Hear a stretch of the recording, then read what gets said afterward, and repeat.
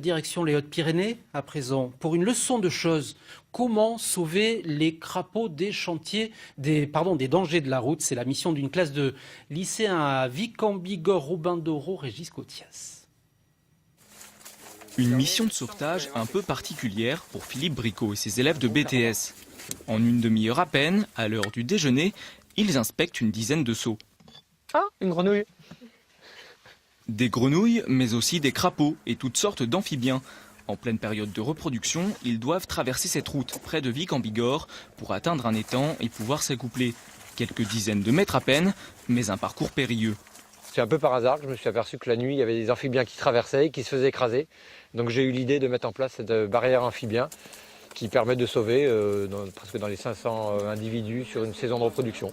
140 mètres de plastique empêchent les batraciens d'accéder à la chaussée. Ils longent cette barrière et tombent alors dans l'un des 13 seaux que l'enseignant a pris soin d'enterrer. Oh, bah donc il y en a même deux.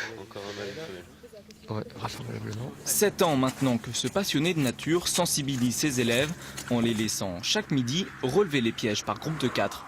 Alors forcément, eux aussi commencent à s'y connaître. Alors c'est un crapaud commun, donc là c'est une femelle.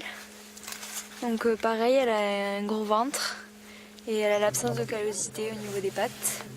Ce jour-là, la pêche est bonne. Une vingtaine d'amphibiens sont emmenés jusqu'à l'étang puis relâchés. Aujourd'hui, on a sauvé beaucoup de grenouilles agiles et des crapauds communs. La période de reproduction des batraciens s'achève en mars.